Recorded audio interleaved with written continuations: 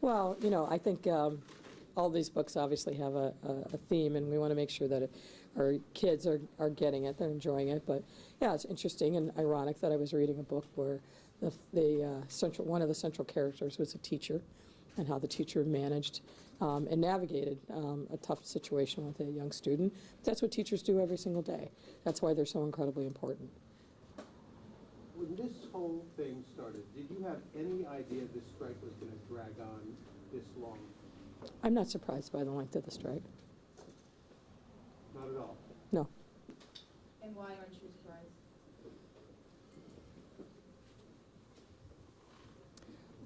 There's a lot of work that we could have done sooner, but we didn't start to do really until after the strike was over. But what I'm hopeful for today is it's been a long journey. Unfortunately, I think there's a lot of harm that's been done to our young people. But my hope is that when the House of Delegates reconvenes today, that there will be a robust presentation of the tentative agreement that's on the table, and that they will vote on it up or down. And obviously I'm hopeful and prayerful that this will be approved, but whatever the result is, we'll deal with it at that time. But I'm looking forward to hearing the results of the House of Delegates vote today. Have you reached an agreement with them? We put a proposal on the table yesterday, which we've asked them to take to the House of Delegates. Do you have regrets? In life, in general? No. And how this was handled. You mentioned you think that there were things that were put off until the strike happened. And do you have regrets about the pace at which this went? I believe that our team has negotiated in good faith from day one, and that really day one started back in the summer after I came into office. They've negotiated their tails off, particularly over the last few days. Very late nights, very early mornings.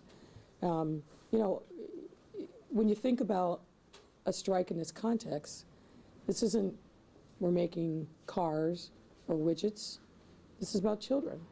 And the speed and the sense of urgency within which the work gets done is critically important because of who we're talking about. We're talking about young children, as we just saw, whose lives are dramatically affected by their ability to be in class, to connect with their teachers, to have instructional time. These are all the things that we all should keep foremost in our mind. And I'm hopeful that we will be in a position later today that this work stoppage is over. But really the ball is totally in the CTU's court. May And I I'm ask hoping you a we get question? there. Mayor, have they committed to putting your proposal before their House of No. Delegates for vote? No, they have not. Were you expecting they would last night? Say it again. Were you expecting they would do so last night? And how frustrated are you they did not? My understanding is that there was a discussion of the parameters of the deal last night, and that this was going to be socialized over the course of last night and this morning, and then they would go back to the House of Delegates today. But obviously I don't run the CTU, so I'm hopeful and aspirational, but really the ball is in their court as to whether or not they present the deal and whether or not they want to end the strike. I hope they do, but really the everything is really in their hands at this point. Yes, sir. Last question. Right here. Last question. I'm sorry?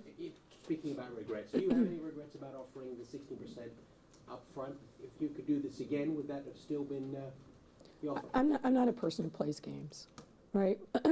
We went through a mandated process with the fact finder.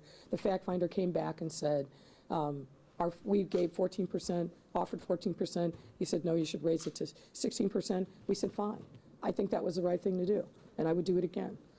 There's people have lots of different strategies about how they negotiate, but as I said, fundamentally, we have to think about our children. And the right thing to do was to put a fulsome offer on the table as soon as possible, so we could have avoided a work stoppage. Now, obviously, that didn't work out, but I think we did the right thing for our children and thinking about the impact on them for a work stoppage. And also thinking about, we wanted to demonstrate to teachers that we heard them, that we care about them, that we value them, that we understand that they play an absolutely essential role in the nurturing of our young people. So that 16% is still on the table. And I'm hopeful that they recognize that this was an expression of the way in which we value teachers, and that we'll be able to get something done today. Is this Thank your you, best and guys. final Thank offer on the you. table right now? I don't want to characterize it that way. What I'm saying is, we have negotiated hard, we've met the union on every issue that they've articulated to us are critically important for the contract.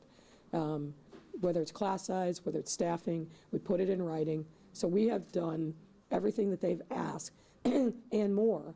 So I'm hopeful that they see that. They see that the contract is one of value. $500 million isn't something to sneeze at. And it shows that teachers and particularly support personnel, and let's not forget about them. I mean, these are the people that are cleaning the lunchrooms, the bus aides, the individuals who really provide incredible support to our special needs kids. These are the people in particular that really, really, really needed a lift up. And I think I'm hopeful that we're going to hear later today that SEIU 73 has ratified the agreement that we struck with them. But this is a very good deal all the way around. And I'm hopeful that individual teachers, members of the House of Delegates, see that and say yes. Should there not Thank be you, a deal, guys. would you consider Thank going you. to the court for an Thank injunction? you. Thank you, guys.